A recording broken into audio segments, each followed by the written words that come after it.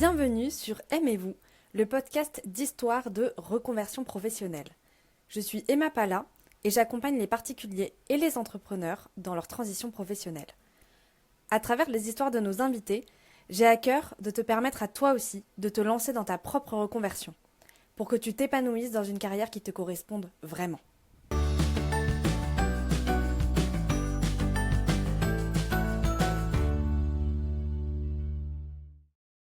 Bonjour Lucie, merci beaucoup d'être avec moi au podcast Histoire de reconversion professionnelle. Coucou, merci à toi pour l'invitation. Bah écoute, avec plaisir. Est-ce que pour nos auditeurs et auditrices, tu peux te présenter rapidement qui tu es, qu'est-ce que tu fais? Bien sûr. Donc je m'appelle Lucie, je suis belge, j'ai 25 ans et je suis encore dans le monde du salariat en assistante sociale d'un côté et de l'autre côté entrepreneur depuis maintenant 4 ans. Ok, donc tu as les deux casquettes. Oui. Et donc, qu'est-ce que tu fais dans le salariat? Du coup, je travaille, dans une prison en tant qu'assistante sociale. Mon travail, en gros, c'est de faire des entretiens avec les détenus, pour, rédiger un rapport psychosocial en vue de leur demande, de modalités d'exécution de la peine. Donc c'est-à-dire une permission de sortie, congé pénitentiaire et cetera. C'est un accompagnement vraiment psychosocial des détenus pour les réinsérer au mieux dans la société. Super intéressant, ça doit être assez enrichissant et dense Oui, émotionnellement. ouais, mais c'est très, très chouette. Mm.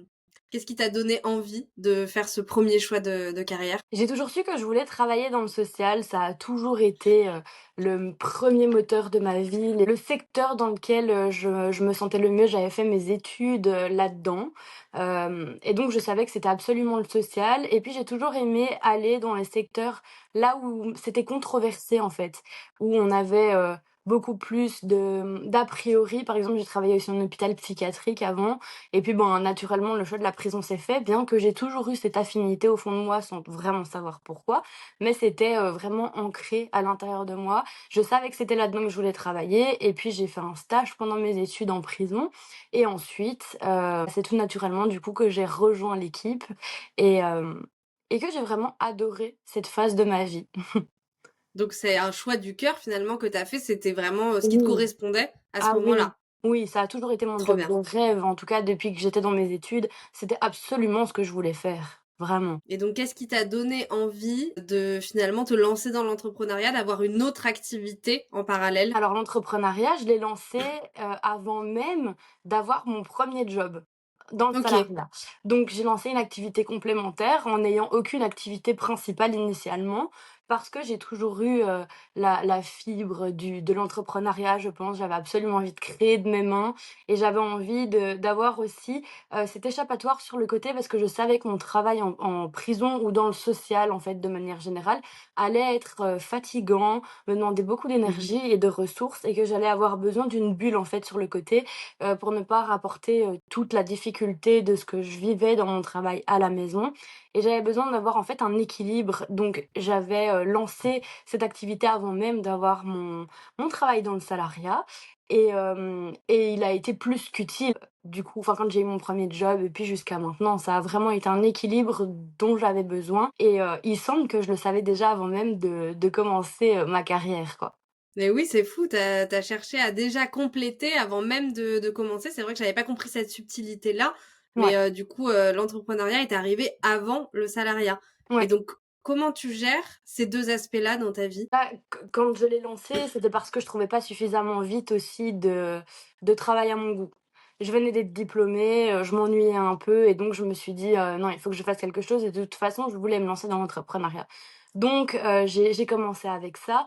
Évidemment, au début, je passais, des heures et des heures et des journées, en fait, même, sur ce projet, parce que je n'avais que ça, en fait, jusqu'au moment où j'ai trouvé mon premier emploi et au début, c'était un 4/5e je crois et donc je comblais les moments en fait, OK. majoritairement c'était, le jour, mon salariat et le soir et les week-ends, l'entrepreneuriat. Donc ça a toujours été un peu comme ça que je gérais les 2. OK, et c'est un équilibre qui est toujours, le même aujourd'hui? Tu toujours le même rythme? Comment tu fais aujourd'hui?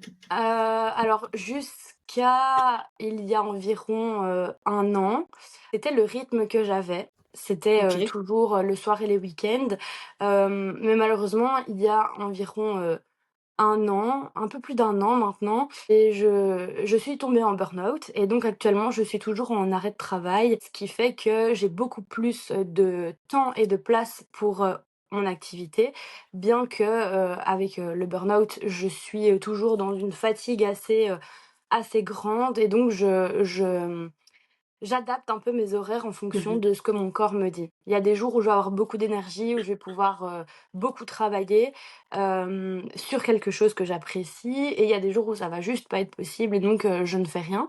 Mais du coup, jusqu'alors, c'était vraiment, l'équilibre que j'avais. Est-ce que tu as su identifier ce qui a fait donc c'est un burn-out de ton activité salariée et est-ce que tu as identifié, ce qui a fait que tu es passée de, «C'est mon job de rêve» à, «Je suis plus en mesure de l'exercer»? Qu'est-ce qui s'est passé si tu as envie de nous en Oui. parler? Alors déjà, j'étais, dans une désillusion totale, dans le sens où je venais d'être diplômée, j'étais, pleine d'ambition, c'était, mon 3e job puisqu'avant j'avais eu un contrat de remplacement, ensuite un 1er job mais qui me convenait pas plus que ça et ensuite c'était vraiment, la prison, que je voulais absolument occuper. J'avais fait un stage, j dans mes études en prison, que j'avais adoré, qui était vraiment très chouette et pour lequel je crois que j'ai eu beaucoup, d'illusions que j'avais Mmh. beaucoup idéalisé et je le voyais un peu comme vraiment, le job de rêve, l'endroit absolument, dans lequel je voulais aller. Mais entre la fin de mes études et le moment où j'y suis retournée, je n'ai fait que me, animer un peu ce feu, en fait. C'est comme, une image d'un souvenir qu'on a ou d'un plat dans un restaurant qu'on a adoré, on y retourne, on se dit: «Ah mais c'était pas Ouais. comme dans mes souvenirs, en fait, finalement». Je pense que c'est un peu ça que j'ai nourri et je suis passée de stagiaire à salariée. Bah, c'est un monde. Quand tu es stagiaire, tu es un peu protégée par tes maîtres de stage. Là, dans le salariat, c'est un peu juste pour ta gueule, en gros. Et comme je suis une personne hypersensible et qui veut dans mon travail à tout prix bien faire et vraiment donner le meilleur de moi-même, je me suis énormément investie, voire trop investie, ce qui a mené à un épuisement déjà extrêmement rapide. Mmh. Et d'autant que je dis toujours quand je parle de mon travail que le fond, je l'adore. Mon travail brut en tant que tel, les entretiens avec les détenus, la réflexion psychosociale, tout cet aspect, je l'adore, mais la forme, c'est extrêmement difficile de travailler dans ces conditions, dans le sens où on est toujours régi par, des ministres qui prennent des décisions pour nous, sans trop savoir comment ça se passe sur le terrain. La direction aussi qui fait de son mieux, mais qui malheureusement voilà, c'est relativement compliqué et puis moi j'ai fait l'ouverture de la toute nouvelle prison de Belgique donc qui dit nouveauté, qui dit ouverture, dit, un monde à construire et donc Mmh. on a repris, un peu les bases, mais tout est nouveau. Donc, au niveau de la sécurité, par exemple, et on se rend compte qu'il y a des dysfonctionnements parfois. Enfin voilà, c'est vraiment plein de choses qui viennent tous les jours mettre un petit coup dans la carapace qu'on a, et qui font que c'est très, très compliqué jusqu'au jour où, hem c'était juste plus possible, en fait. J'avais une surcharge de travail vraiment énorme. J'avais le double de ce que je pouvais gérer, a priori, donc c'était vraiment énorme. Ça faisait à peine 1 an que j'étais là, mais j'avais la une des responsabilités de former d'autres, nouvelles, en fait, qui venaient d'arriver et c'était très chouette et j'ai accepté tous ces rôles-là et ça me plaisait vraiment. C'est juste que dans la conjoncture de ce moment-là, c'était pas possible. C'était extrêmement difficile et puis je dois dire que c'est, pas uniquement le travail parce que toute personne qui va travailler dans les mêmes conditions que moi ne va pas forcément faire un burn-out. Donc moi, Mmh. j'avais aussi cette fragilité de base, de par ma vie, parce que voilà, il s'est passé des choses dans ma vie, mais aussi de par mon côté hypersensible qui prend très fort les choses à cœur. Et donc je me suis juste rendu compte, en fait, de la désillusion et du fait que, je m'étais créé un monde qui n'était pas, vraiment celui de mes rêves et que le travail dans cet état ne me convenait pas et je pense que c'est tout simplement parce que j'ai grandi, en fait. Entre, mon stage et entre la personne que je suis aujourd'hui, il y a des années qui sont passées et donc j'ai juste, pris confiance en moi aussi. J'ai appris les choses qui me faisaient du bien, les choses desquelles j'avais besoin et voilà, en fait, c'est juste une prise de conscience très difficile parce que c'est un deuil, hein, Mmh. après avoir Ouais, idéalisé, j'imagine. pendant plusieurs années comme ça un travail, c'est un deuil, mais que j'ai finalement maintenant accepté parce que je me suis rendu compte que c'était pas la fin de quelque chose, mais c'était le début d'autre chose. Ouais, puis ce que tu décris, c'est hyper intéressant, je trouve, alors, je suis navrée que t'aies toi aussi traversé le burn-out, on est Mmh. beaucoup dans ce cas-là. Mais comme tu le dis et comme t'as du recul maintenant sur la situation, t'arrives à voir aussi les éléments, enfin, vers quoi ça t'amène. On va en reparler évidemment sur la suite. Mais ce qui est super intéressant, je trouve, c'est que malgré le fait que tu sois hyper au courant de ce qui te plaît, que tu aies trouvé un métier un peu passion, que tu aies trouvé aussi une façon d'équilibrer avec d'autres aspects, notamment avec l'entrepreneuriat. On n'a pas encore évoqué ce que tu fais dans l'entrepreneuriat, mais on va Mmh. aussi en parler évidemment. Bah, finalement, quand l'environnement de travail n'est pas adapté à nos besoins, n'est pas adapté aux limites qu'on se pose, à nos valeurs, à notre personnalité, à notre sensibilité, à notre façon de gérer le quotidien, la vie, les événements, etc. Et ben malgré tout ça, même si on est animé par ce qu'on fait, ça peut ne pas fonctionner. Et la surcharge de travail, bon ça c'est un cas de Mmh. douleur, de souffrance au travail qui malheureusement est encore beaucoup trop présente à mon goût. J'en entends encore beaucoup des Mmh. histoires là-dessus.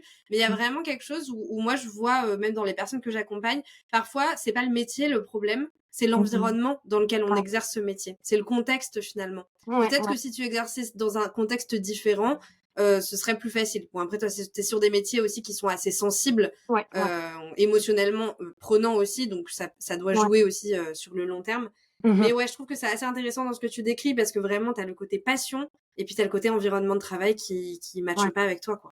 ouais, c'est complètement ça. Donc c'est il y a plus d'un an, tu disais. Donc Mmh. quand tu tombes en burn-out, qu'est-ce qui se passe après pour toi? Ah, émotionnellement, c'est extrêmement difficile, hein, parce que je me rends compte que, enfin, je me dis: «C'est pas possible, en fait». J'ai 25 ans, je tombe en burn-out, à ce moment-là, j'en ai 23 ou 24, je me dis: «C'est pas possible, ça peut pas m'arriver».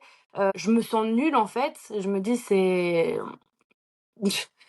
j'ai 23 ans, je suis en burn-out, je me suis dit: «Mais enfin, je suis si faible que ça, comment ça va se passer du coup dans l'avenir?» Je suis à même pas, enfin, on dit qu'une carrière parfaite, c'est 45 ans.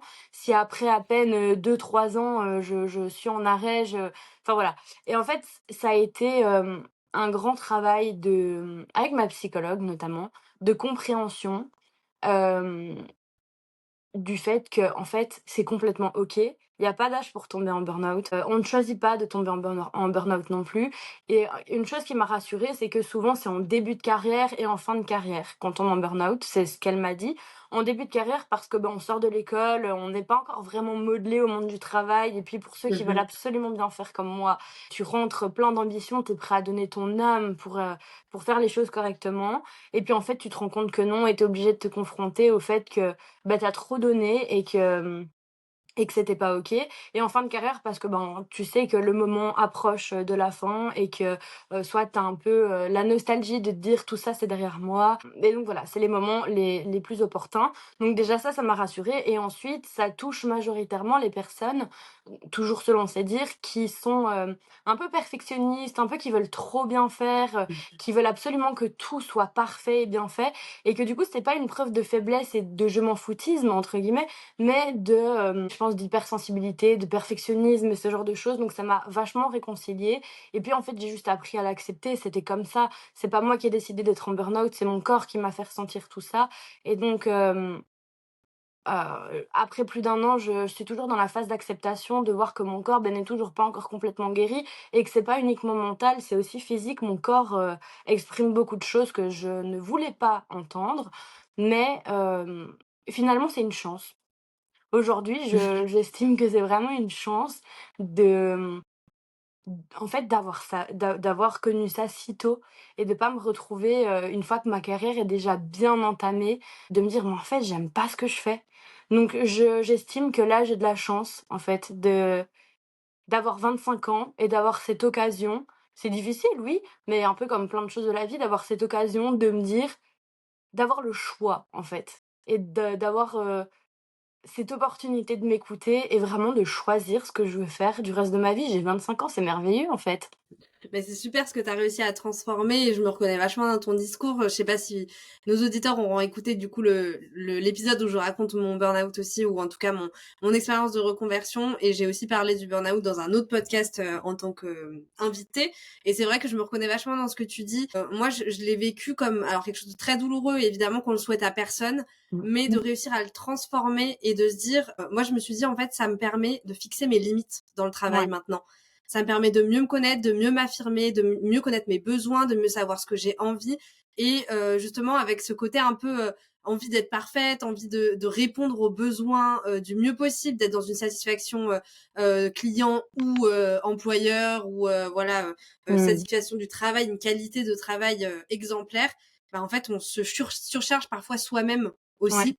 Donc, si en plus il y a de la pression, du stress, de la surcharge de travail par le contexte, Mmh. nous on s'aidera pas dans cette situation-là. Donc moi ça m'a permis aussi de fixer mes limites à moi et de fixer mes limites avec les autres et de pouvoir dire aux autres bah voilà ça c'est ok, ça c'est pas ok. Et c'est vrai que du coup on en tire des enseignements. Bon évidemment si on peut éviter de passer par cette Oui. étape-là pour tirer des enseignements c'est encore mieux. Mmh. Mais si on passe par là et qu'on arrive à faire ce cheminement-là, qui est plus ou moins long en fonction des personnes, parce que toi, bah, t'es dans ton cheminement qui dure le temps dont tu as besoin. Moi, j'avais entendu, alors c'est pas du tout une source fiable de psychologie, mais j'ai entendu que on mettait autant de temps à guérir que de temps qu'on a souffert.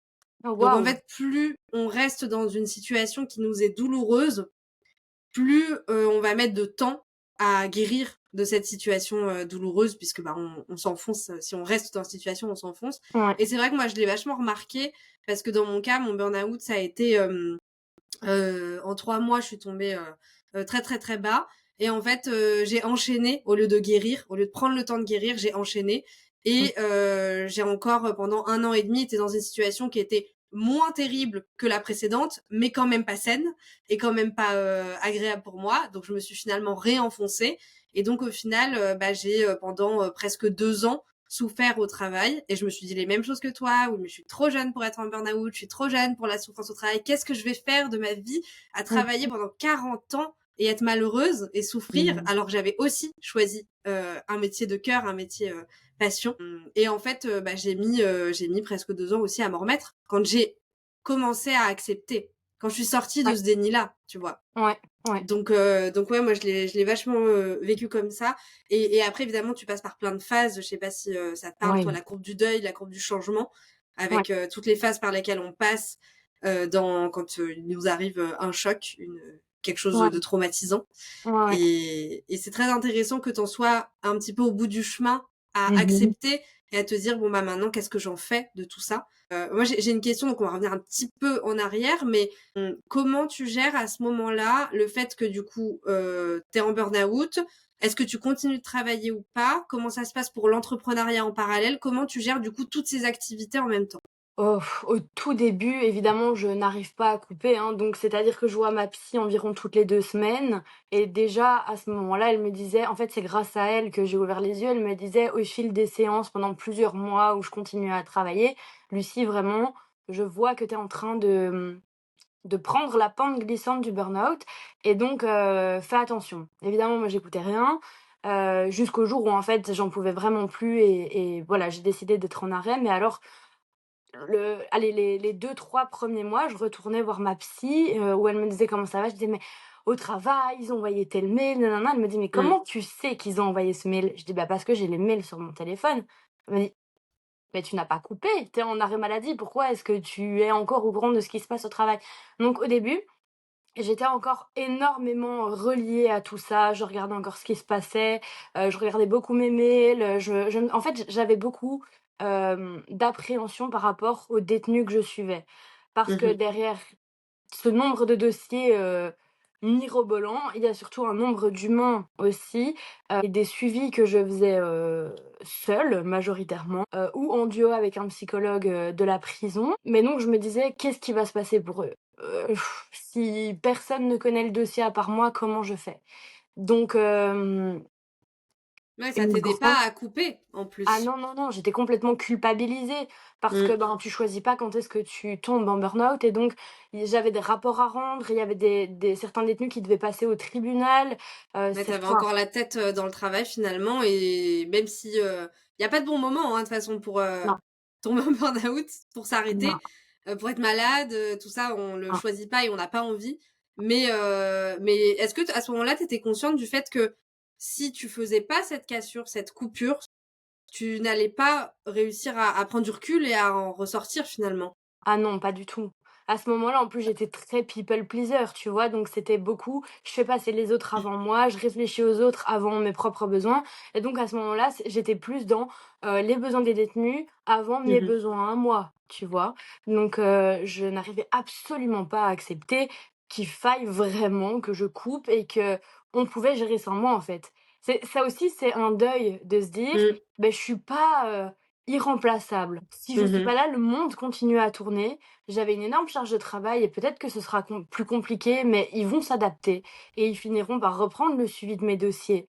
Et ce qui se passe, parce qu'on était déjà en sous-effectif, je culpabilisais beaucoup aussi de rajouter cette charge à mes collègues, mais en fait, on trouve toujours 1000 excuses pour ne jamais prendre soin Ouais. de soi. Sauf que si je ne le faisais pas, j'étais tellement loin que j'avoue que j'avais même des pensées suicidaires, en fait. J'en étais arrivée à ce stade et Mmh.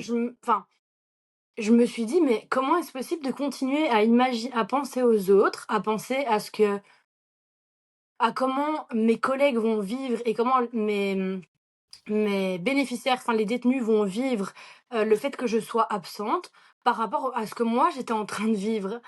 C'était vraiment hallucinant parce que le jour où je suis tombée le jour où je suis tombée en burn-out, il y a pas un jour où du jour au lendemain on tombe là-dedans, Oui, c'est progressif. progressif, mais je ne voulais pas le voir et donc, Mmh. hem Le jour où tu es sortie du déni peut-être, du coup? Oui, on peut dire ça. C'est, un pseudo déni, hein, parce que j'en étais pas encore vraiment sortie, mais j'étais à un stade tel où je ne voulais pas voir la réalité que j'ai demandé à l'univers que si je devais vraiment m'arrêter de travailler, qu'il me fasse faire un malaise. Tu vois, Ah j'étais oui, à ce on en est à quelque stade. chose de physique, quoi. Il faut Ouais. que tu aies une preuve physique parce que le Ah côté oui. mental, il suffisait pas, quoi. Non, non, non, OK. c'est ça. Et donc j'ai vraiment je me disais à l'intérieur de moi-même, peut-être à haute voix, je sais plus, si je dois m'arrêter de travailler, c'est comme des preuves, en fait. Quand tu demandes des Mmh. preuves, genre: «S'il est fait pour moi, envoie-moi une coccinelle», tu sais, ce genre de truc.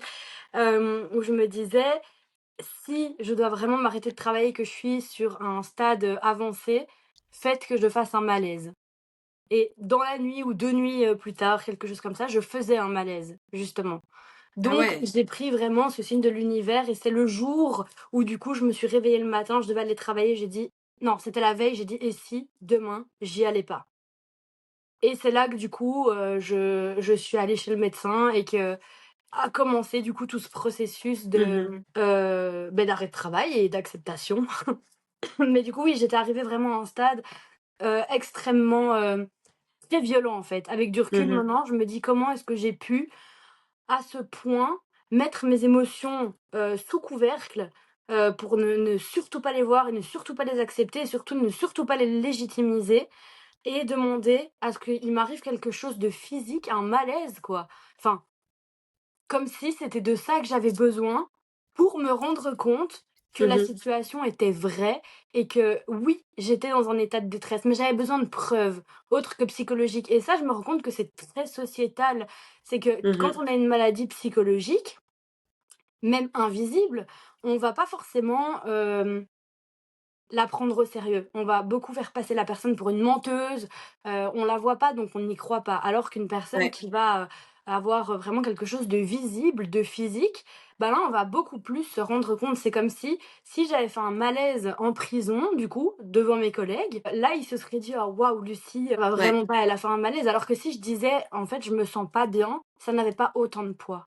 Et c'est là que je me suis dit: «Mais l'irrespect que j'ai pour moi-même, ça m'a rendue triste, en fait. Maintenant, avec du recul, je me rends compte que c'est très, très triste Mais en même temps, comme tu le dis, c'est sociétal, donc tu peux pas non plus, aussi. te culpabiliser de quelque chose, dans lequel tu as grandi, dans lequel tu as été éduqué, et c'est aussi en prenant conscience pour toi-même, en vivant les choses par toi-même, que toi, tu éveilles ton niveau de conscience de Ouais. tes émotions, du besoin de les écouter. Et c'est souvent en passant par malheureusement des traumas ou en tout cas des choses assez fortes émotionnellement pour qu'on se dise ah ok, il faut vraiment que je m'écoute, il y a vraiment un truc, mon corps me parle, mais ma tête aussi, Ouais. et il faut aussi que je l'écoute, et c'est pas parce que c'est pas valide aux yeux de la société que ça n'existe pas, et c'est comme Mmh. ça aussi qu'on va changer les normes sociétales. Mais bon, c'est Oui, un ouais, autre grand sujet qu'on pourrait discuter longuement, mais c'est aussi ouais. nous en se disant bah attends, mais moi je me reconnais pas dans cette société qui invalide les émotions. Moi j'ai des émotions,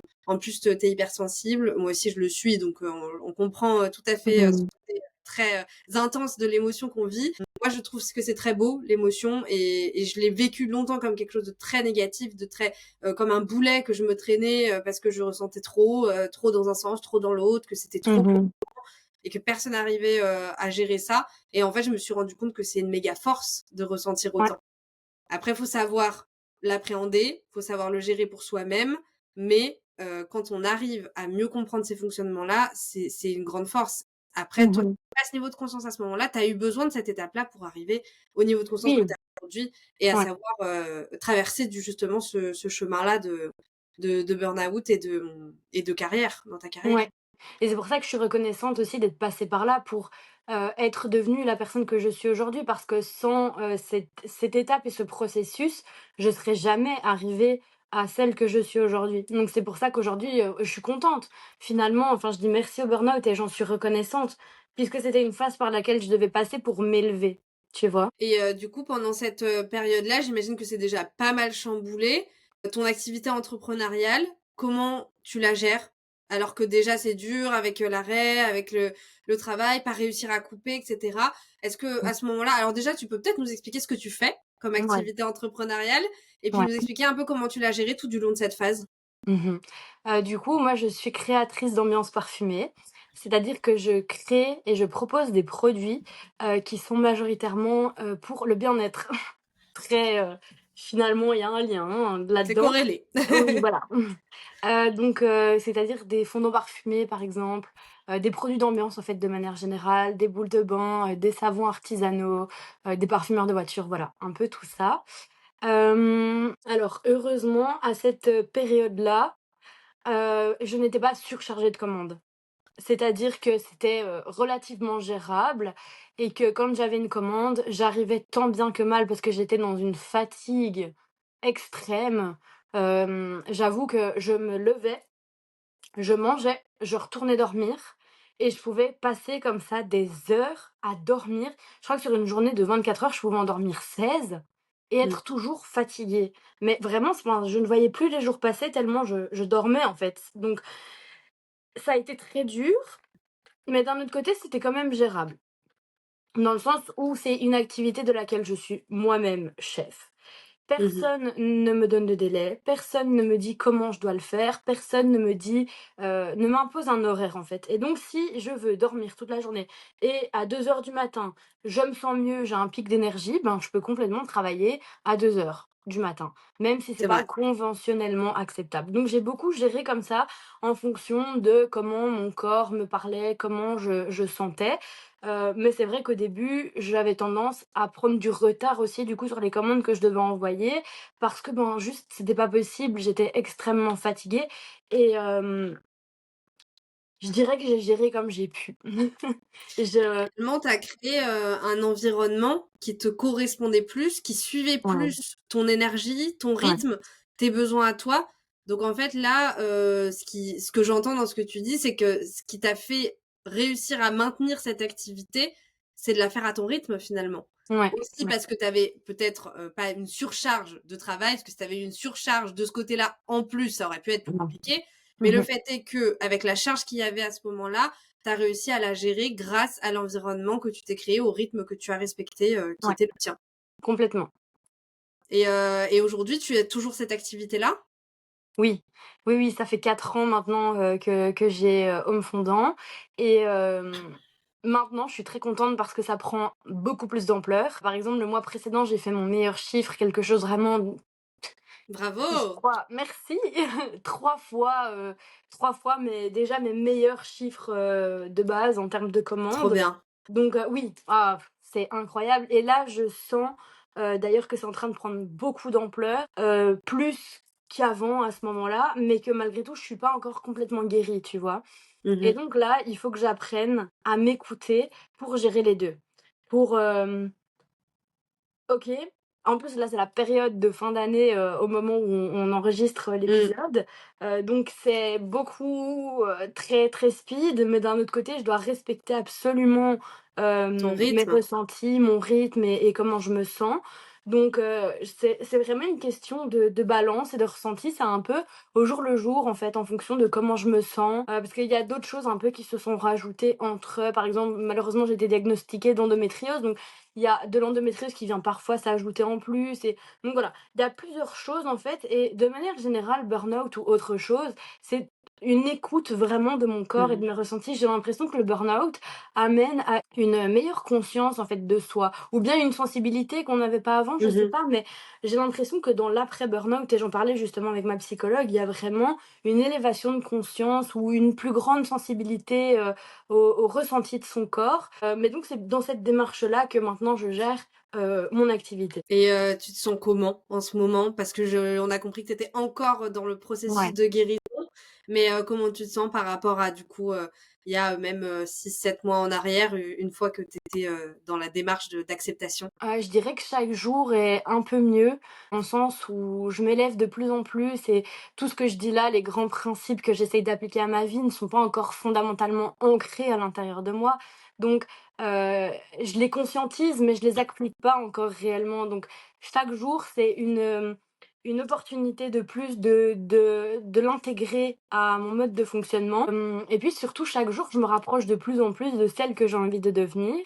Chaque jour pour moi, c'est une chance de faire mieux qu'hier, même de 1 et je me sens, toujours évidemment dans un état de fatigue assez important, mais j'ai la chance d'être bien entourée par mon médecin traitant qui est, d'une extrême, compréhension et bienveillance et par la psychologue qui me suit. Et j'ai la chance d'avoir un réseau de copines entrepreneurs, je précise parce que, j'ai jamais vu des personnes aussi, merveilleuses que dans le salariat, sans dire que ça n'existe pas. C'est juste moi, mon cas personnel, Mmh. les personnes qui m'ont le plus accompagnée et épaulée et le plus été là, en fait. Pour moi, dans les moments les plus difficiles, ça a été mes copines entrepreneurs, hem et c'est comme ça que je le vis, en fait, à l'heure actuelle, de mieux en mieux chaque jour. Bah, écoute, en plus, tu as répondu à une deuxième question que je voulais te poser, à savoir OK. comment tu étais, accompagnée, entourée. Donc tu m'as Ouais, parlé en effet de ta psychologue qui te suit depuis le départ, de ton ouais, médecin aussi, ouais. d'un entourage entrepreneurial qui, a l'air d'être quelque chose d'assez, important et puis on le dit, à chaque fois dans chaque podcast de bien s'entourer, Mmh. que ce soit par des entrepreneurs ou pas, parce que toutes les personnes qui nous écoutent ou qui se reconvertissent, c'est pas forcément dans l'entrepreneuriat, Non. mais en tout cas de bien s'entourer. Est-ce qu'il y a d'autres choses qui t'ont permis et qui te permettent encore aujourd'hui d'avancer, de gérer la transition, qui peut t'accompagner, d'autres qui sont tes soutiens, que tu m'aurais Mmh. peut-être pas parlé, peut-être que tu m'as tout dit et c'est ok, hein, Ouais. tu me dis. Je pense que déjà au niveau, médecin, c'est extrêmement important d'avoir quelqu'un, qui te comprend réellement dans cette phase-là. Et de pas avoir quelqu'un qui va absolument minimiser, le côté émotionnel et le burn-out et c'est pas possible et te faire reprendre au bout de 2 mois alors que tu es tout sauf Mhm. guéri.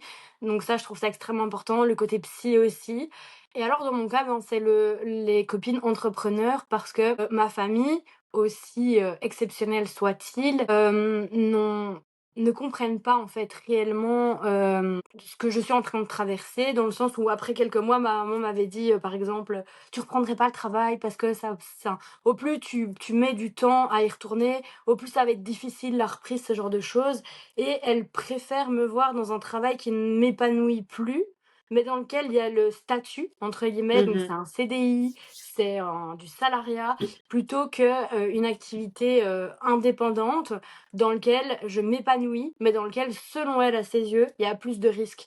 Donc mon entourage proche, ma famille, n'est pas, les personnes les plus soutenantes. En fait, je sais que Ils m'aiment, mais c'est le reflet de leur peur et donc je Mmh. sais que c'est pas chez eux que je vais aller chercher du réconfort, en fait, dans mes phases de doute, parce que si je les écoute, je retourne dans le salariat, dans ce qui me convient pas. Je sais que c'est pas là que je dois aller chercher. Quelque chose de culturel, de générationnel aussi, Oui, où, oui, nos parents, ils ont, cette culture du CDI, de la stabilité, du salariat, sauf si on est, dans une famille d'entrepreneurs ou d'indépendants. Mais, la voie un peu conventionnelle et tracée, c'est aussi ce salariat et ce CDI pour pouvoir, acheter une maison, avoir une famille ouais, et cetera. Et je sais que les générations, la nôtre, et celles qui arrivent après nous, cherchent beaucoup plus de sens dans ce qu'elles font mmh dans leur travail. Puis moi, je le vois à travers toutes les personnes que j'accompagne, et peu importe leurs âges, je le vois aussi beaucoup chez des quarantenaires et des cinquantenaires qui finalement se font le bilan et se disent mais en fait moi je me sens plus utile, ça n'a pas de sens pour moi, et aujourd'hui qui se rendent compte à quel point travailler c'est pas juste pour rapporter de l'argent à la maison comme ça a ouais. pu être le cas dans d'autres générations, voire nos grands-parents, où c'était aussi de la survie, hein, de travailler Mmh pour pouvoir survivre. Et aujourd'hui, on est dans cette quête de sens pour la société, mais de sens pour nous aussi. Et du coup, ça joue vachement. Et c'est vrai qu'il peut y avoir du coup des dissonances entre nous dans notre processus de transition et nos proches. Donc, ce que tu disais qui est hyper juste, je trouve, de s'entourer de personnes qui traversent potentiellement la même chose que nous, peu importe notre processus de transition, de se dire, OK, bah, moi, là, je sais que mes proches, ils comprennent pas trop ce que je vis. Bah, je vais peut-être essayer de trouver un entourage qui comprend ce que je vis. Donc, si je vis un burn-out, pourquoi pas trouver des personnes qui vivent aussi un burn-out. Si je suis dans l'entrepreneuriat, m'entourer d'entrepreneurs. Si je veux me reconvertir dans le secteur de la beauté, mais que j'ai aucun entourage dans le secteur de la beauté, bah, aller trouver des personnes qui sont dans ce secteur-là. C'est clair que de s'entourer de personnes qui ont traversé ou qui traversent la même chose que nous, ça peut nous aider grandement à guérir aussi de ce processus-là. Ouais. Oui, il y a une chose que j'aimerais dire, s'il y a quelqu'un qui nous écoute, qui se retrouve dans la situation, c'est que ce n'est pas parce que notre entourage, les gens à qui on tient, les gens qu'on aime et qui nous aiment aussi plus que tout, ne valident pas forcément les choix qu'on est en train de faire, que c'est pour autant une mauvaise idée. J'ai longtemps, remis en question tout ça en me disant: «Ils ont peut-être raison, c'est mon émotionnel qui parle et peut-être que je devrais faire autre chose et peut-être que» voilà. Et parfois, oui, il y a des mauvaises idées. Mais je pense qu'il faut juste le sentir à l'intérieur de soi et que je cherchais beaucoup, moi, des signes de l'univers, encore une fois, des pseudo-signes de est-ce que je dois tout arrêter? Est-ce que je dois faire autre chose et reprendre une activité? Est-ce que je dois reprendre maintenant alors que je sens que je suis pas guérie? Mais en réalité, on a déjà toutes les réponses à l'intérieur de nous et il faut arrêter d'essayer d'aller chercher des signes partout dans les paroles de notre entourage ou dans des signes, des pseudo-signes de l'univers, mais de simplement se poser, s'écouter et se demander réellement: «Mais qu'est-ce que j'ai envie? De quoi est-ce que j'ai besoin?» Parce que toutes les réponses sont déjà à l'intérieur de nous et même si on n'est pas forcément soutenu, ça veut pas dire que c'est une mauvaise idée, du Ouais. moment qu'on sent qu'on est aligné avec ça. C'est ça. C'est aussi une question encore d'environnement. On change d'environnement, on Mmh. est dans le côté perso, mais parfois, bah, on a des envies, on sait qu'on est connecté, aligné, mais si on n'est pas bien entouré, on peut complètement ben, mettre de côté, voire abandonner nos idées, alors qu'elles nous feraient du bien dans un autre contexte, dans un autre environnement. Donc, Ouais. ouais, ce côté-là, ne pas abandonner ses idées parce qu'on ne nous les valide pas, surtout dans l'entrepreneuriat, voir s'il y a vraiment un besoin ou si personne n'en a rien à faire. En effet, peut-être que là, il y a des questions à se Oui. poser.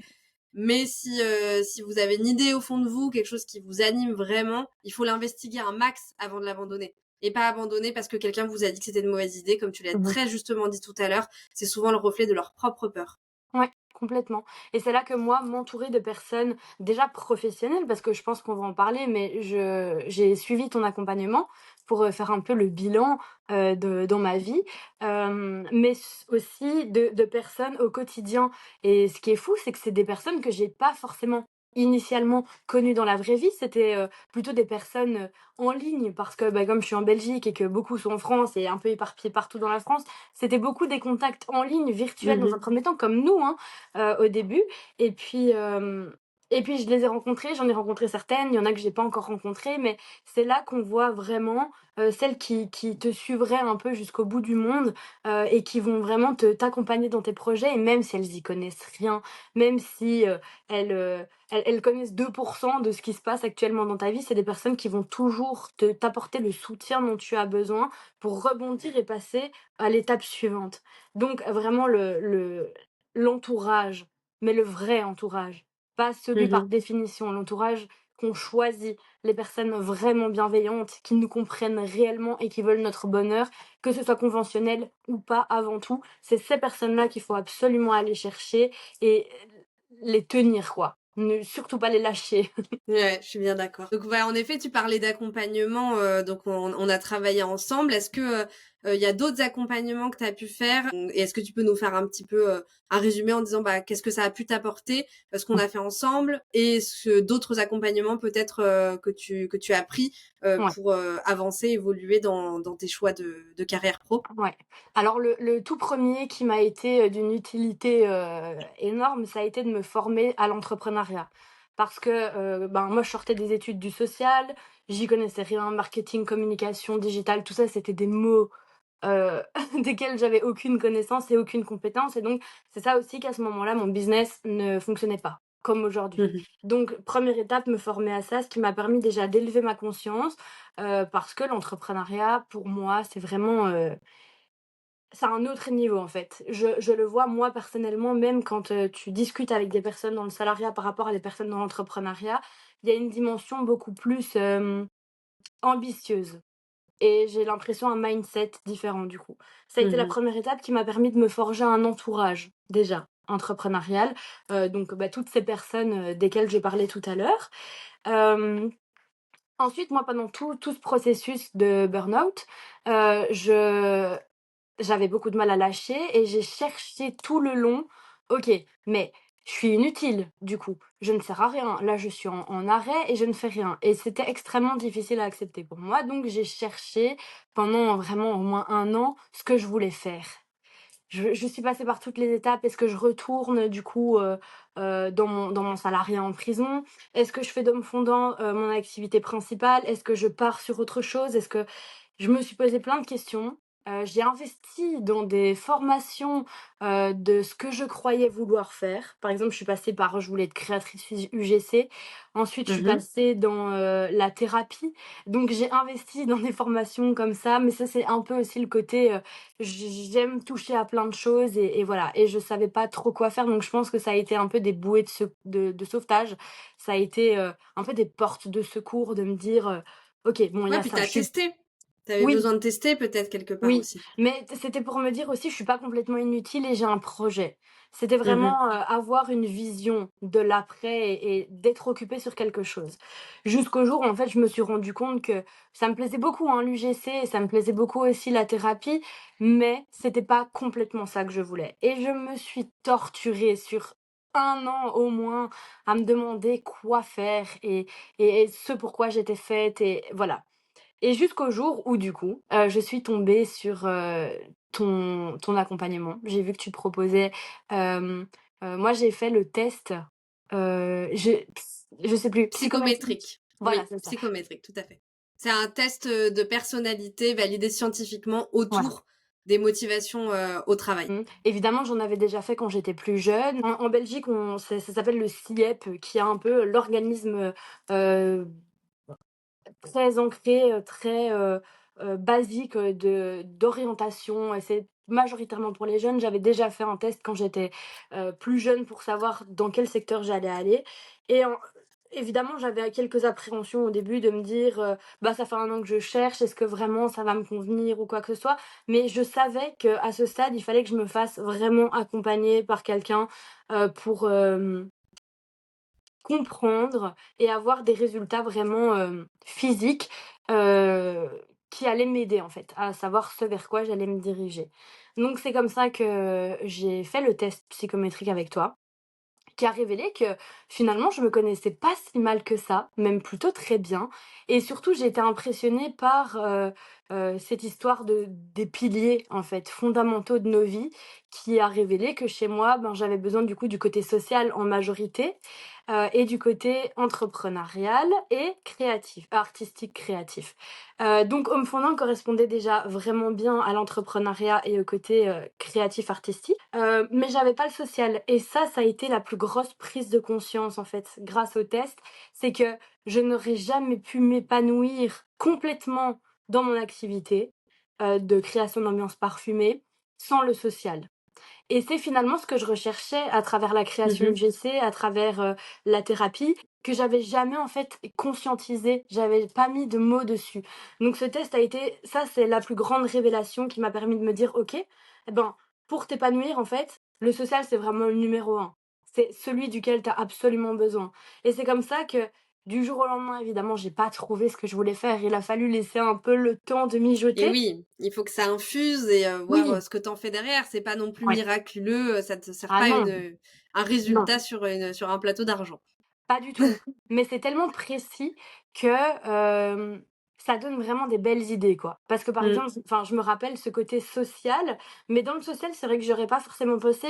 Un truc qui me correspond, c'est le côté enseignement, partager mes connaissances aux autres et enfin, c'est vrai que, pour moi, l'enseignement, c'était pas quelque chose auquel j'avais pensé, alors que dans le test, c'était révélé et donc enfin, voilà, j'ai eu plein de prises de conscience comme ça qui m'ont permis vraiment de je me connais bien, mais là, je me connais encore mieux. Ça a vraiment été Ouais, puis ça vient précisé. aussi rassurer parfois des Oui, choses qu'on connaît, oui, mais comme tu parlais au tout début que tu vas souvent, chercher des preuves pour valider que tu es sûr que tu es sur la bonne piste et cetera et bah, ça peut aussi permettre de valider quelque part, que tu sais où tu vas et parfois ça vient donner juste une petite pointe de réassurance et ça suffit pour faire ouais, bouger les choses. complètement, complètement et donc de là, je j'ai pas essayé d'absolument chercher ce que je voulais faire. Évidemment, ça venait comme ça de temps en temps dans ma tête, je me disais: «Tiens, qu'est-ce que je ferais bien?» Et donc je me renseignais, je cherchais des idées, bien que la liste, du test était, déjà, très, très exhaustive, mais en fait, ça m'a un peu tombé dessus comme ça et c'est assez fou parce que, évidemment, tout vient, au moment, en fait. C'est un peu le timing divin et il faut Mmh. arrêter d'essayer de chercher, je me suis cassé la tête pendant 1 an alors que, c'est arrivé, mais d'une façon la plus bête possible parce que du coup, j'ai trouvé vraiment ce que je voulais faire. Par révélation, On a hâte de heu savoir. oui, je vais peut-être durer encore un petit peu le suspense. Pour Vas-y. la toute petite histoire, du coup, c'est une story de ma mentor, qui m'accompagne, qui partage, un accompagnement qu'elle a avec certaines clientes et curieuse, je me dis: «Ah, je vais aller voir un petit peu ce qu'ils proposent, enfin, qui sont ces personnes, qu'est-ce qu'ils font?» Et donc je vais voir la st profil de la personne sur Instagram et j'arrive sur un compte privé, donc je ne vois rien, mais Instagram propose d'autres profils et c'est comme ça que je suis tombée sur un profil qui m'a dit: «Waouh, mais ça m'attire pas mal ça!» Et donc je suis arrivée dessus, j'ai commencé à regarder et j'ai eu comme je sais pas, une illumination, un éclair de lucidité, je ne sais pas, qui m'a dit: «Mais en fait, c'est ça que je veux faire» et donc pour le coup, c'est la psychogénéalogie. Donc, en très gros, c'est, un mélange de psychologie et de généalogie. Donc OK. on part du principe que tous les traumatismes et les événements qui ont été vécus par nos ancêtres, se transmettent de génération en génération. Il y a une part de transgénérationnel qui nous impacte, nous, aujourd'hui, à l'heure actuelle, dans nos choix de vie et donc, il y a certaines choses où des fois on se sent pas complètement à l'aise, on sait pas pourquoi on réagit de cette façon et on peut aller chercher, émettre des hypothèses, aller creuser dans le domaine de la psychogénéalogie. Voilà. Donc je suis maintenant du coup en train de me former. Je termine du coup, le 30 janvier, j'aurai déjà terminé, au moment où le podcast, OK. sera sorti et donc c'est, l'activité que j'aimerais lancer. Dans l'idée maintenant, j'aimerais, quand je serai prête, sans me mettre de pression, quitter du coup mon salariat. OK. Hem, c'est un deuil encore, hein, mais Ouais, c'est en de cours. c'est en cours, mais voilà, on dit au revoir à cette partie-là qui m'a beaucoup appris. On dit au revoir et merci et je me concentre sur, maintenant j'aimerais faire de mon activité principale du coup la psychogénéalogie.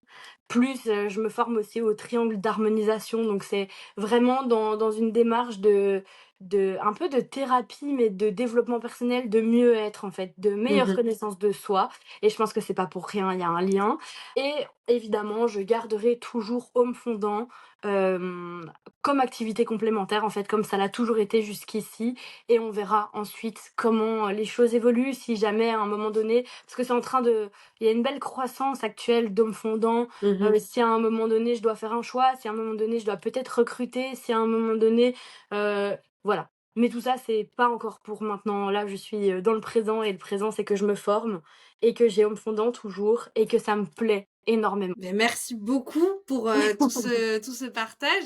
Il y a plein de beaux projets pour toi, c'est super chouette. Je Oui. suis, très contente, et merci de nous avoir, expliqué tout ton cheminement jusqu'à maintenant. Donc, comme quoi même quand on est, en cours de guérison, il peut se passer des belles choses quand on arrive, à saisir les opportunités, à passer à l'action, malgré tout, à éveiller notre conscience. J'ai beaucoup aimé quand tu as utilisé, ce terme-là aussi, je trouve que c'est Mmh. hyper juste aussi. Peut-être pour terminer, tu pourrais, nous donner peut-être, un ou un petit top 3 de tes meilleurs conseils pour les personnes qui traverseraient une situation similaire et qui auraient envie de s'en sortir et de changer potentiellement de se reconvertir, que ce soit salariat ou entrepreneuriat? Ouais.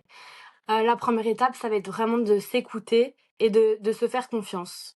Hem, Si on sent qu'il y a quelque chose qui ne fonctionne pas, si on sent qu'on n'est plus à sa place, pas commencer à paniquer, à tout remettre en question et à croire qu'on n'a plus aucune valeur, mais de se poser, de s'écouter, d'essayer de comprendre ce qui se passe. Donc ça, c'est je dirais le 1er conseil, s'écouter.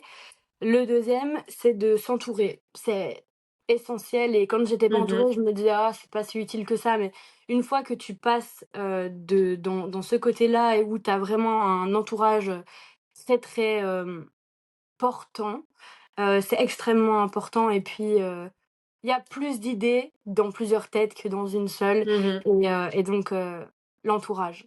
Et le troisième, je dirais ce que, il faut s'accompagner, s'entourer de professionnels aussi, qui peuvent nous apporter des éclairages ou valider certaines choses qu'on a déjà en tête.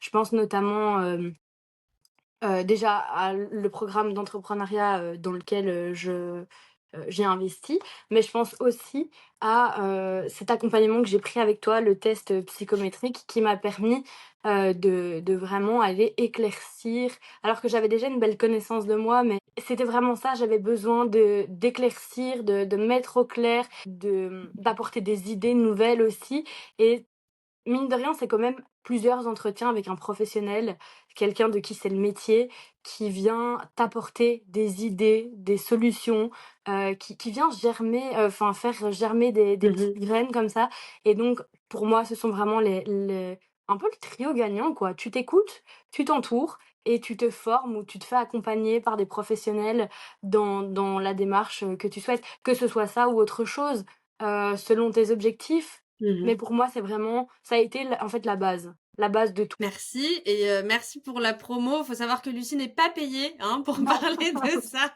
et c'est ma meilleure ambassadrice parce que tu en parles très bien et que surtout ça t'a aidée et c'est ça qui compte. Mais comme tu l'as dit, que ce soit ça ou d'autres professionnels, faut simplement trouver ce qui nous convient et ce qui Mmh répond mh. à nos objectifs, à nos besoins, donc pour, pouvoir, s'élever et aller, vers la prochaine étape de notre vie, qu'elle soit professionnelle ou personnelle et même les professionnels se font accompagner par d'autres professionnels. Moi aussi, je me fais accompagner par d'autres professionnels en fonction de mes besoins et de mes objectifs. Mais oui, je suis hyper d'accord avec toi et avec ce que tu viens de nous partager. Merci beaucoup pour ton temps.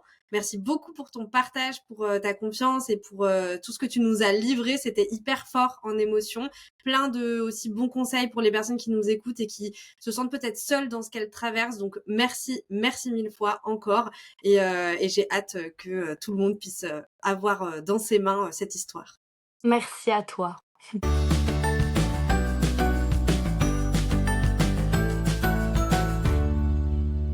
Merci pour ton écoute. On se retrouve prochainement pour un nouvel épisode du podcast Aimez-vous, histoire de reconversion professionnelle.